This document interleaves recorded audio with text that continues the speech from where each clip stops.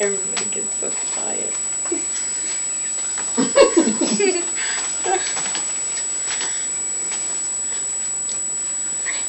Humanitarian, as stated in Webster's Dictionary, is a person who shows great concern and compassion for the well-being of others.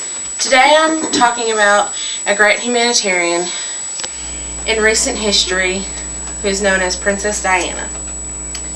She was born July 1st, 1961 to Lord and Lady Althorp. She was the third of 4 children.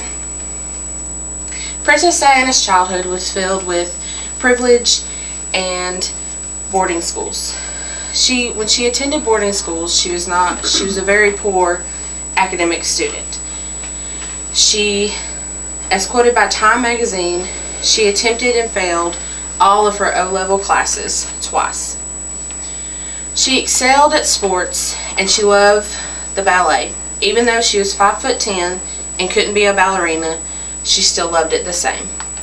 She also got into volunteer work while attending the West Heath Girls' School, where one of her teachers showed her how to get to eye level and how that a simple touch can bring comfort to someone in need. This was the start of her becoming a great humanitarian. Now let's talk about how her helping with landmines and her help with AIDS and her other charities showed how she was a great humanitarian. After she married Prince Charles, she was thrust into the spotlight. The reality of royal life was cold and lonely, but one of her greatest joys was the birth of her 2 sons, Prince William and Prince Harry. When she became very involved in great humanitarian causes, she would take her 2 sons to visit people in hospitals. As quoted by People magazine, she wanted her sons to be compassionate and understanding. She didn't want them to be distant or cold, like the royal family sometimes seemed to be. Princess Diana cared deeply for the children and people who were injured by the landmines in Bosnia. She had made many trips to the Angolan minefield to bring awareness of the danger that the landmines presented, to bring aid and caring to the victims, and to be an influence on the signing of the Ottawa Treaty, which was a treaty to ban landmines. Another one of Princess Diana's humanitarian acts was a simple touch in which she changed the view of the world on how people were treated with AIDS. The world viewed people with AIDS as someone to be feared, someone to just stay away from, because they thought that they would contract the disease by just looking at them.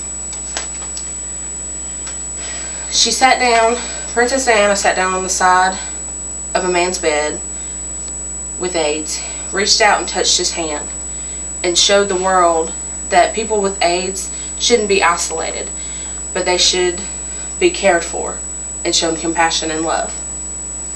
As quoted by Bill Clinton on one of his lectures on AIDS.